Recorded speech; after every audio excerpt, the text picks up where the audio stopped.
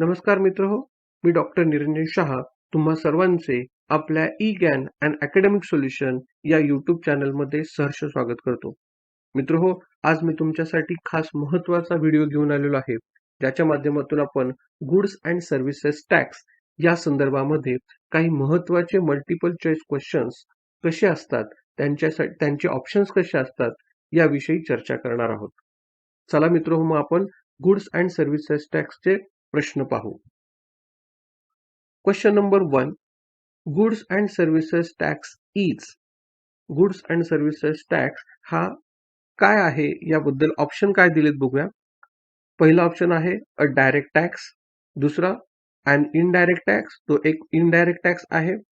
A local body tax, तो local body tax आहे का, म्हणजे स्थानिक स्वराज्य संस्थेकडचा टॅक्स आहे का. आणि चौथा ऑप्शन दिलेला आहे नन ऑफ द अबव. याचं करेक्ट उत्तर आहे an indirect tax. Goods and services tax हा इनडायरेक्ट टॅक्स कॅटेगरीमध्ये येतो. दुसरा क्वेश्चन बघू आपण. SGST stands for.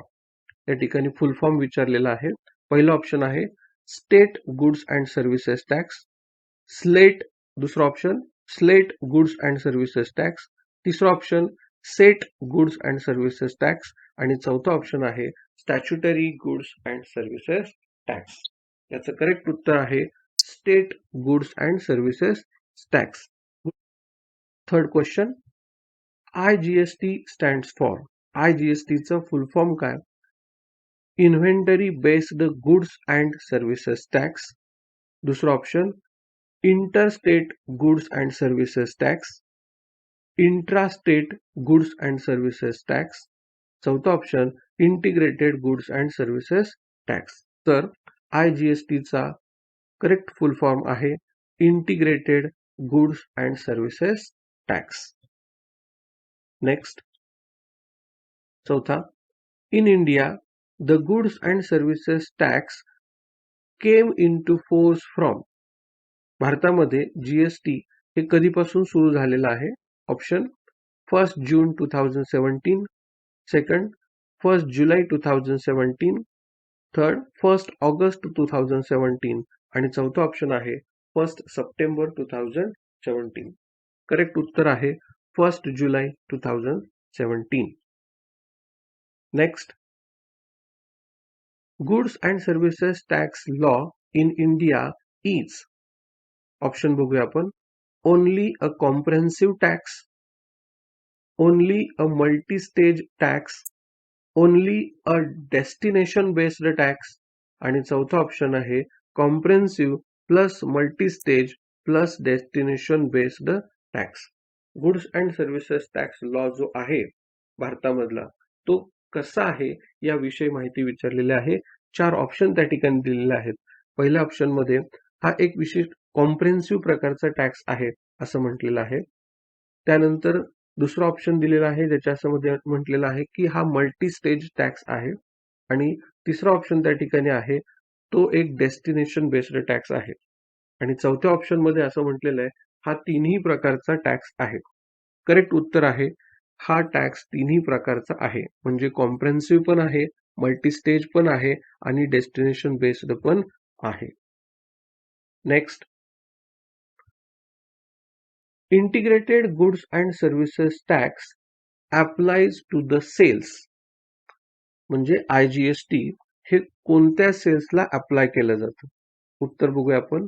Outside the state, दुसरा इनसाइड द स्टेट, तिसरा ऑप्शन आउटसाइड इन इंडिया आणि ऑल ऑफ द अबव. म्हणजे त्यांनी असं म्हटलेलं आहे की IGST हा कशावरती चार्ज केला जातो किंवा कोणत्या प्रकारच्या सेल्सवरती चार्ज केला जातो. जो सेल्स आउटसाइड द स्टेट होतो, म्हणजे राज्याच्या बाहेर विकला जातो माल, त्याच्यावरती IGST चार्ज होतो का. दुसरा ऑप्शन इनसाइड द स्टेट, जो राज्यामध्ये खरेदी विक्री होतो त्या पद्धतीच्या व्यवहारावरती IGST चार्ज होतो का.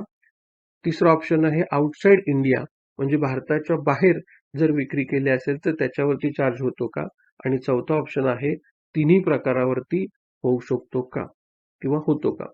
करेक्ट उत्तर आहे आउटसाइड द स्टेट. राज्याच्या बाहेर जर विक्री होत असेल तर त्या व्यवहारांवरती IGST चार्ज केला जातो. पुढचा question, central goods and services tax applies to the sales. Central goods and services tax हा कोणत्या प्रकारच्या सेल्सवर अप्लाय केला जातो? विदिन द स्टेट, दुसरा ऑप्शन आहे आउटसाइड द स्टेट, तिसरा ऑप्शन आउटसाइड इंडिया, चौथा ऑप्शन आहे ऑल ऑफ द अबव. या ठिकाणी असं म्हटलेलं आहे की कोणत्या प्रकारच्या सेल्सवरती CGST चार्ज केला जातो. विदिन द स्टेट म्हणजे तो सेल एका राज्यातल्या राज्यातच होतो. दुसरा आउटसाइड द स्टेट, राज्याच्या बाहेर विक्री होते. तिसरा आउटसाइड इंडिया, भारताच्या बाहेर विक्री होते. आणि चौथा ऑप्शन दिलेला आहे ऑल ऑफ द अबव. तिन्ही प्रकारच्या सेल्सवरती CGST चार्ज होतो. करेक्ट उत्तर आहे विदिन द स्टेट. राज्यामध्ये जर खरेदी विक्री होत असेल तर त्याच्यावरती CGST चार्ज केला जातो.